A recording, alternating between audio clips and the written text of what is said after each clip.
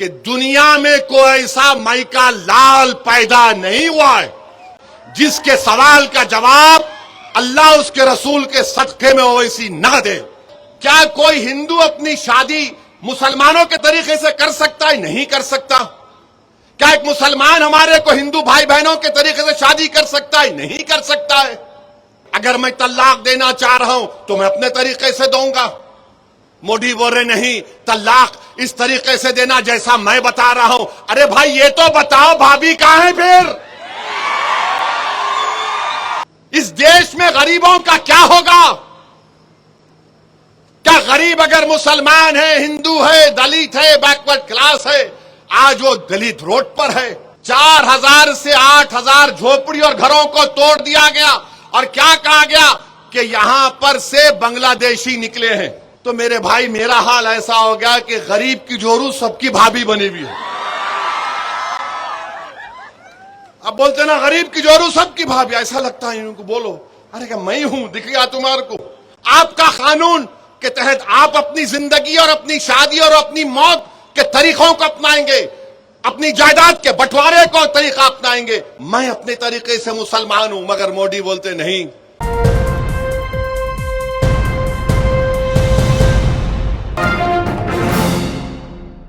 कि बीजेपी की सरकार उत्तराखंड में यूनिफॉर्म सिविल कोड का एक बिल लाए हैं, कानून बना दिए वहां पे। अच्छा ये कैसा कानून है? आप कानून उत्तराखंड में क्या लेकर आए? उसमें आपने एक एक्सेप्शन दे दिया। क्या एक्सेप्शन दिया आपने? कि हिंदू अनडिवाइडेड फैमिली पर यह कानून लागू नहीं होगा, आदिवासियों पर यह कानून लागू नहीं होगा। क्यों नहीं होगा भाई?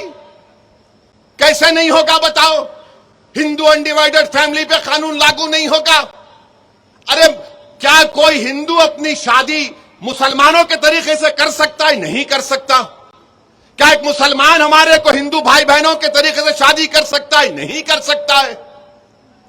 आपका कानून के तहत आप अपनी जिंदगी और अपनी शादी और अपनी मौत के तरीकों को अपनाएंगे, अपनी जायदाद के बंटवारे को तरीका अपनाएंगे। मैं अपने तरीके से मुसलमान हूं, मगर मोदी बोलते नहीं। फिर आप एक्सेप्शन देते हैं उसमें कि हिंदू अनडिवाइडेड फैमिली पर उत्तराखंड में आप बताइए, अगर मैं तलाक देना चाह रहा हूं तो मैं अपने तरीके से दूंगा। मोदी बोल रहे नहीं, तलाक इस तरीके से देना जैसा मैं बता रहा हूं। अरे भाई ये तो बताओ भाभी कहां है फिर? मैं उनको नहीं बोल रहा हूं, मैं बोल रहा हूं आपको। मैं आज तकरीर के आखिर में बोलूंगा भाभी का मतलब क्या, अभी नहीं। मौलाना बैठे हुए हैं। उत्तराखंड का यूसीसी दफा 25 की खिलाफ वर्जी करता है।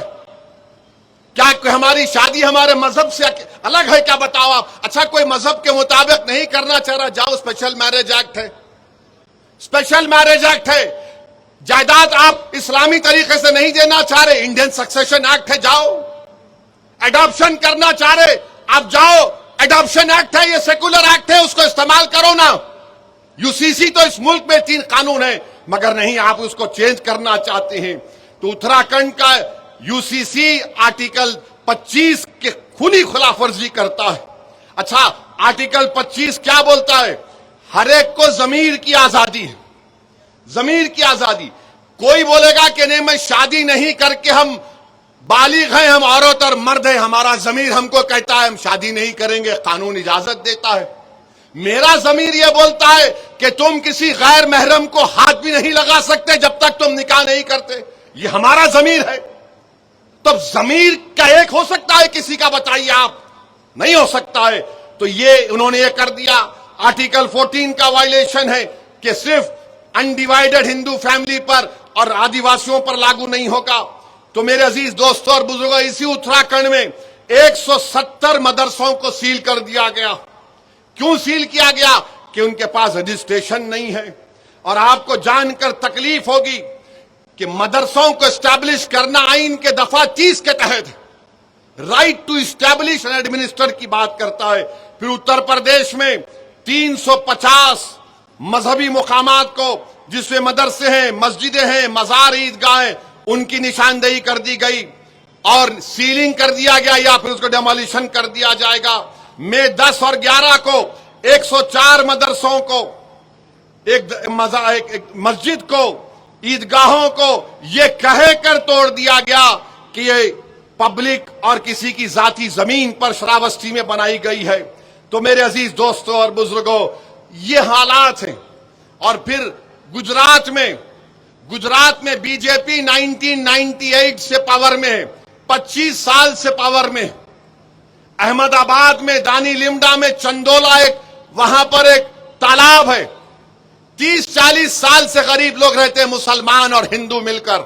आपको जानकर तकलीफ होगी कि 4000 से लेकर 8000 झोपड़ियों और घरों को तोड़ दिया गया। 4000 से 8000 झोपड़ी और घरों को तोड़ दिया गया। और क्या कहा गया कि यहां पर से बांग्लादेशी निकले हैं।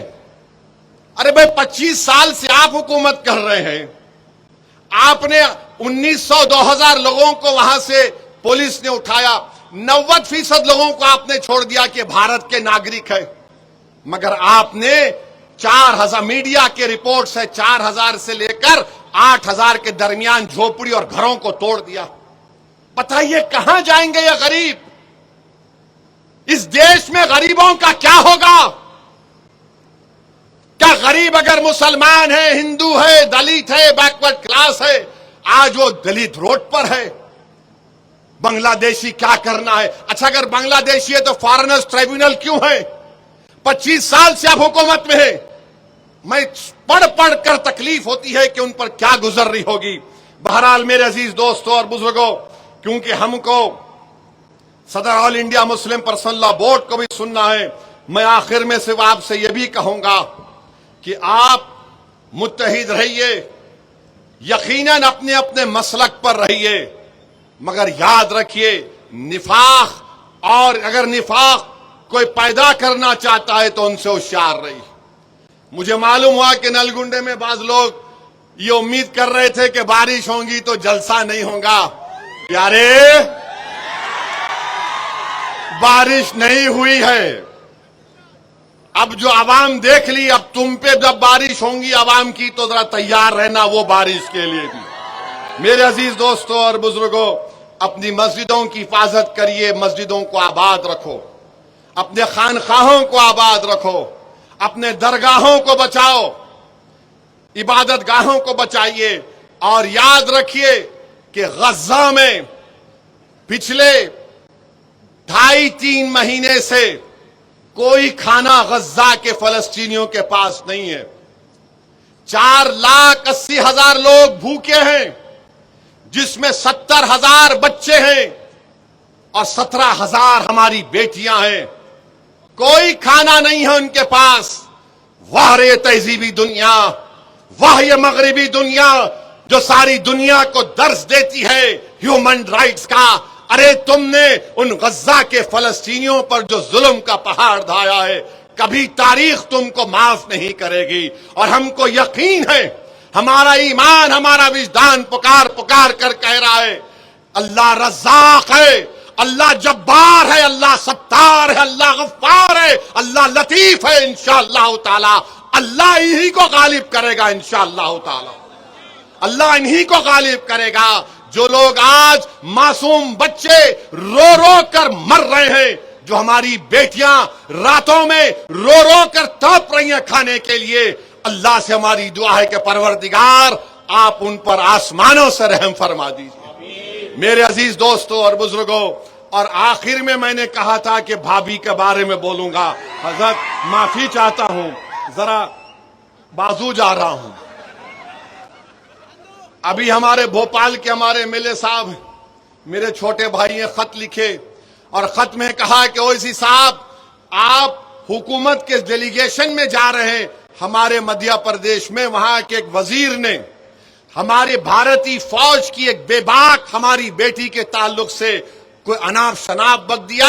आप जरा पूछ लीजिए गवर्नमेंट से, क्योंकि अगर आप इन ममालिक में जाएंगे तो आपसे सवाल होगा। पहले तो मैं कहना चाह रहा हूं कि दुनिया में कोई ऐसा माइका लाल पैदा नहीं हुआ है जिसके सवाल का जवाब अल्लाह उसके रसूल के सदक़े में ओवैसी न दे, तो मैं जवाब दे सकता हूं। दूसरा ये, आपके पार्टी के भी लोग जा रहे ना, हमसे ही पूछ रहे, और कोई बोल रहे नहीं आपके साथ वो बीजेपी का एमपी है, आप उसके साथ क्यों जा रहे? तो क्या पार्लियामेंट में हम नहीं बैठना उनके साथ? आप वोट डाले तो मेरे भाई मेरा हाल ऐसा हो गया कि गरीब की जोरू सबकी भाभी बनी हुई है। अब बोलते ना गरीब की जोरू सबकी भाभी, ऐसा लगता है इनको। बोलो अरे क्या मैं हूं, दिख गया तुम्हारे को? पूरे हैं ना इसमें, मगर अल्हम्दुलिल्लाह उनको इसलिए बोलते कि उनको मालूम कि हाँ ये बेबाक तरीके से बोलता है, दिल से मानते हैं मगर जबान से इकरार नहीं करते, अलग बात है। दिल से मानते हैं कि हाँ ये बेबाक तरीके से बोल रहा है। बहरहाल हम हुकूमत से मुतालबा करते कि आपको इस काले कानून को वापस लेना है और 25 तारीख के दिन आपको क्या है, इंसानी जंजीर, ह्यूमन चेन ऐसा पकड़ के ठहरना, कट ऐसा टाइट टाइट पकड़ के पूरे ठहर जाना।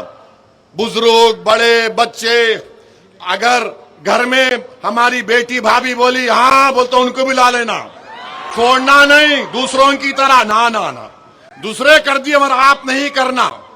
ये वक्फ का मामला है, मुत्तहिदा तौर पर अपने इस एहतजाज में शामिल होइए और इसको कामयाब करिए। वाखिर दावाना अल्हम्दुलिल्लाहि रब्बिल आलमीन।